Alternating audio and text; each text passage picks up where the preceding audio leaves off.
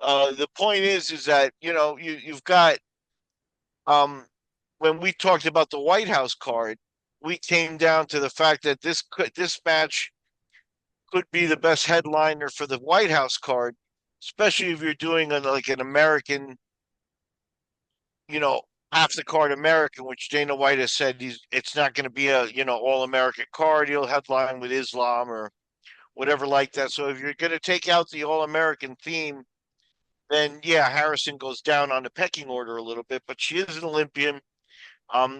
It's interesting the way women's sports and things like that are in the news a lot now for all the wrong reasons.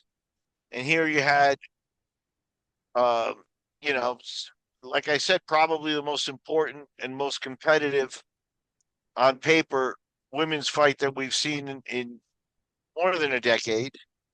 And you consider that Rousey really, I mean, pre-home she wasn't really in many competitive fights because she was dominant.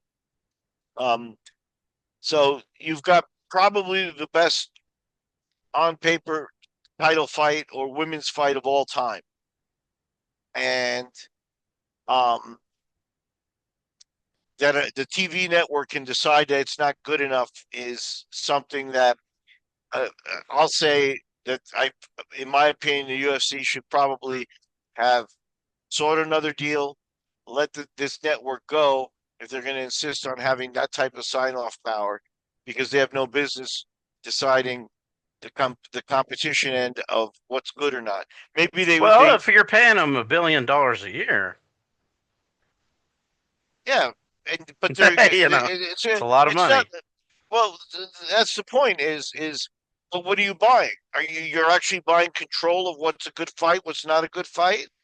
Well, I Because think that's what not they're it. saying, this isn't good What enough they're for our debut event. We want something that's going to have a real pop, for the first event. We right. want to start off with a bang, and they didn't feel it was a big enough bang. They haven't put through the whole card, so that they can't really answer that. I guess you could put a couple men's fights, title fights on top of it, and leave the fight there, and it happens. But um, again, like with women's sports being controversial, I think that here you had a real legitimate women's competition. I think both of the ladies in that fight are main event caliber fighters, where a lot of the women aren't yet.